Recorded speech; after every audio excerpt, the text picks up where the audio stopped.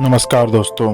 आज से 4 साल पहले यानी साल 2019 में भारत चंद्रयान 2 की सफल लॉन्चिंग की तैयारी कर रहा था, लेकिन आखिरी मौके पर यह मिशन सक्सेसफुल नहीं रहा।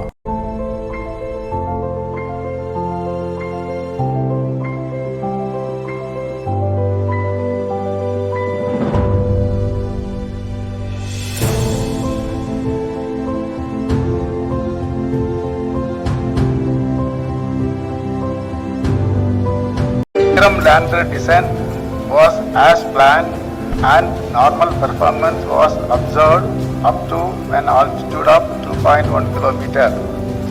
Subsequently, the communications from the lander to ground station was lost.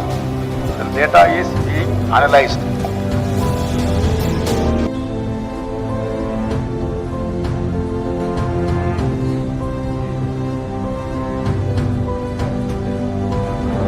अब अगेन 4 साल बाद यानी आज साल 2023 14 जुलाई को भारत चंद्रयान 3 की सफल लॉन्चिंग की तैयारी की है। और अगर सब कुछ प्लान के अनुसार हुआ तो चंद्रयान 3 23 या 24 अगस्त को मून पर उतरेगा। इंडियन स्पेस रिसर्च ऑर्गेनाइजेशन यानी इसरो के शुरुआती 2 मिशन के बाद यह तीसरा अटेम्प्ट है, जिसे चंद्रयान 2 के फॉलो अप मिशन के रूप में देखा जा रहा है। इस मिशन में मून की सरफेस पर सॉफ्ट लैंडिंग की कोशिश की जाएगी, क्योंकि उस बार सॉफ्ट लैंडिंग में ही प्रॉब्लम आई थी। अब तक सिर्फ 3 कंट्री ही मून पर सक्सेसफुल सॉफ्ट लैंडिंग कर पाई है। वे कंट्री है रूस, अमेरिका और चीन। तो चलिए जानते हैं इसरो के चंद्रयान 3 के मिशन के बारे में। चंद्रयान 3 स्पेसशिप को आंध्र प्रदेश के श्रीहरिकोटा के सतीश धवन स्पेस सेंटर से प्रोजेक्टेड किया जाएगा। इसको LMV-3 रॉकेट के जरिए लॉन्च किया जाएगा, जिसे पहले GSLV मार्क 3 के नाम से जाना जाता था। चंद्रयान 3 का कुल बजट 615 करोड़ रुपए बताया गया है। इसरो ने इस मिशन का 3 इम्पोर्टेंट टारगेट बताया है। पहला, लैंडर की चांद की सरफेस पर सुरक्षित और सॉफ्ट लैंडिंग। दूसरा है इसके रोवर को चांद की सरफेस पर चलाकर दिखाना।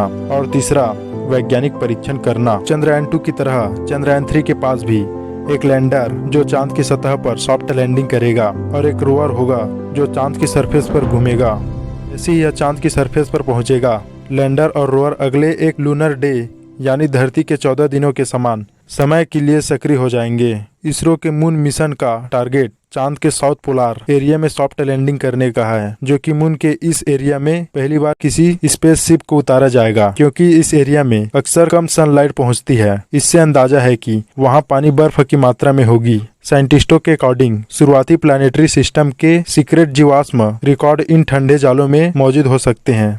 इसरो ने सितंबर 2019 में चंद्रयान 2 को मून पर उतारने का प्रयास किया था, लेकिन तब उसका विक्रम लैंडर डैमेज हो गया था। तब इसरो प्रमुख ने न्यूज एजेंसी PTI से कहा था, ऑर्बिटर से मिली तस्वीर से लगता है कि विक्रम लैंडर की चांद पर हार्ड लैंडिंग हुई है। चांद का चक्कर लगा रहे ऑर्बिटर ने विक्रम लैंडर की थर्मल इमेज ली है। किसी स्पेसशिप के मून पर 2 तरह से लैंडिंग हो सकती है। एक है सॉफ्ट लैंडिंग, जिसमें स्पेसशिप की गति को कम किया जा सकता है और वह धीरे धीरे मून के सरफेस पर सफलतापूर्वक उतर जाता है। वहीं दूसरी लैंडिंग हार्ड लैंडिंग होती है। इसमें स्पेसशिप मून की सरफेस से टकराकर क्रैश हो जाता है।